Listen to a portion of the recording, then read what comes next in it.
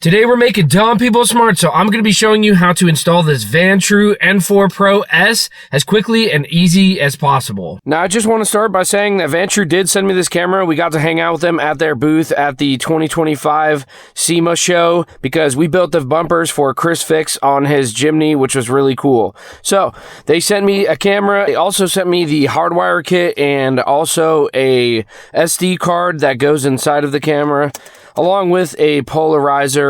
We're also not going to be using the cigarette lighter style plug that comes with this camera. Now, instead, I bought a Dongar dash cam power adapter 12-pin type A. This was about $40 to $50. And the reason we want to use this instead is because we can power the dash cam from our powered rear view mirror that comes in my truck already. This is going to allow us to power the dash cam nice and clean right here without having to either run cables down here to the fuse box or use our cigarette lighter style adapter here and not be able to use it for the charging port or whatever extra stuff you have plugged in. So if we open this up, we'll see that we have the instructions. We're not going to use those because I'm going to be showing you. We have the power cable. This goes to the back dash cam. Here we have the power adapter for the cigarette style, but we're not going to be using that, so we're just going to put that off to the side. And I already actually opened this up, so we have the back dash cam here. This is going to face out the back window, and then we have the front dash cam. And the nice thing about this guy is that it not only faces forward, but it also faces in the cabin area and also has a nice screen.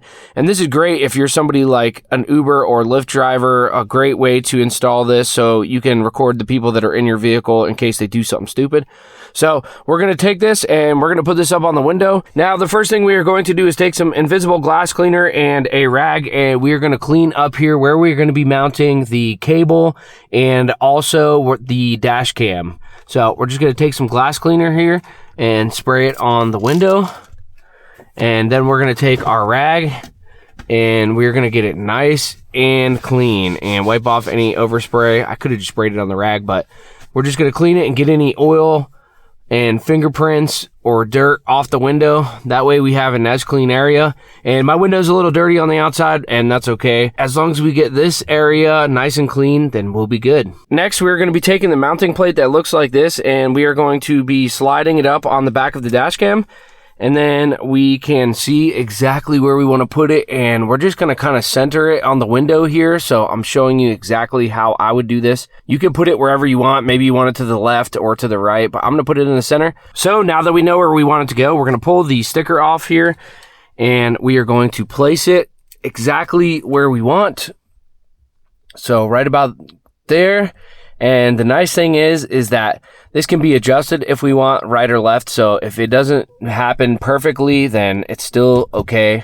We can line it up easily. So now that we have it on there, awesome. We're now going to take our Dongar and open this up. And we have the little adapter piece here. We also have the 12-pin connector.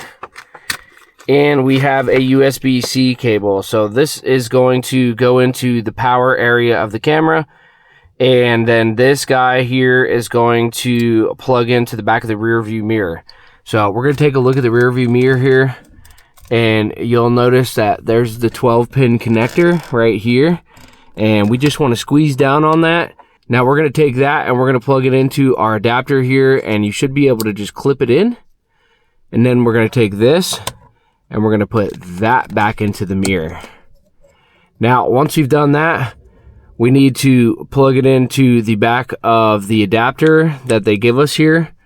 And that allows us to place this somewhere back here. So we already have some clean spots. So we're just going to take it and we're going to move the mirror back into position here. And we are going to just stick it onto the panel here. Now, inside of the Dongar box, there is a short, small cable, and we're just going to be taking this, and we are going to be adding it to the mounting part of the camera. So not the part we stuck to the window, but this is the part we pulled off of the camera.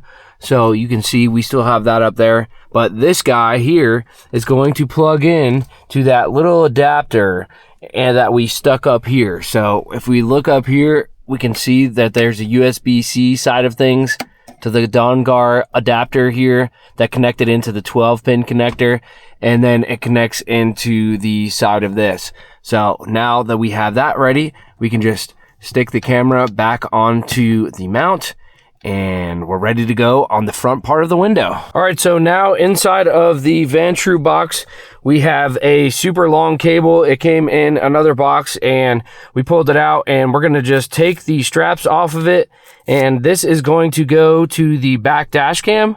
So we're gonna take the straight end that faces upward, not the left-hand sided one or right-handed side, and we are just going to take this and we are going to stick it in the camera. This is going in the top of the front dash camera. Now, another nice thing is VanTrue does include some cable management pieces for the end of this. So if we really want to, we can use these up here or maybe in the back, wherever we need to run the cable nicely along the window. So we just have to make sure we clean the area we're gonna put these. For now, we're not gonna be using these, so we're just gonna put them off to the side. In the box, they include this awesome orange tool, which allows us to run the cable up here. We're gonna take it and we're gonna start running it up into the ceiling. And once we get it started, it should be a little bit easier with this tool they gave us. So we're just gonna take it and feed it down the ceiling. Now be careful not to damage your ceiling with this tool. You should face it the opposite way and it should look like that. So we're just gonna take it and run it down the length of the front here. And just make sure you got it pushed up in there nice. And then we're gonna take it and I'm gonna wrap it around the airbag. I'm gonna force it down in there a little bit. Just be careful. And then we're gonna take it and force it into the plastic area that covers the door.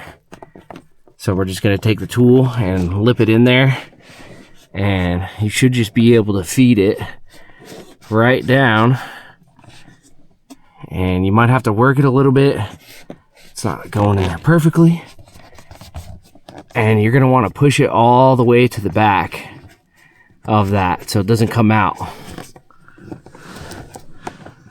And just keep going down.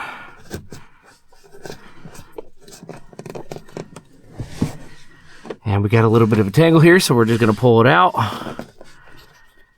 And then we're gonna stick it in this back panel here. And the reason I started in the front is because we want to be able to hide the excess behind the seat.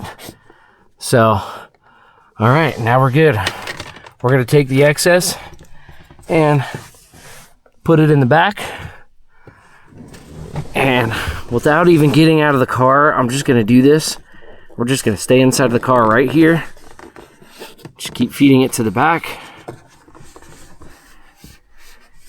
Keep feeding it to the back.